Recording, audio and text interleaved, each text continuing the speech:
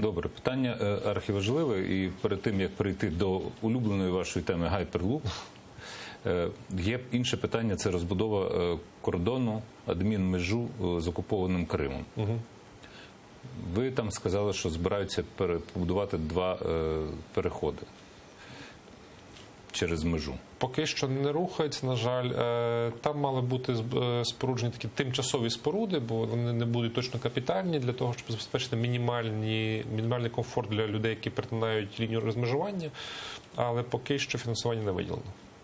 А це хіба ваша компетенція, прикордонні переходи? В цьому випадку прикордонний перехід з Кримом – так. Не прикордонний перехід лінії розмежування з окупованим Кримом, так. Всі інші прикордонні переходи з країнами Європейського Союзу, Білоруссю – ні. От ми, власне, хочемо зараз переконати уряд, щоб це було передано великі пункти переходу до Міністерства інфраструктури, менші для органів місцевого самоврядування, для того, щоб вони самі вирішували, скільки кількості необхідні пішохідні переходи, звичайні автомобільні, а вже великі, там, де пов'язані вантажопотоки великі автомобільні йдуть, це вже було б питання міністерства.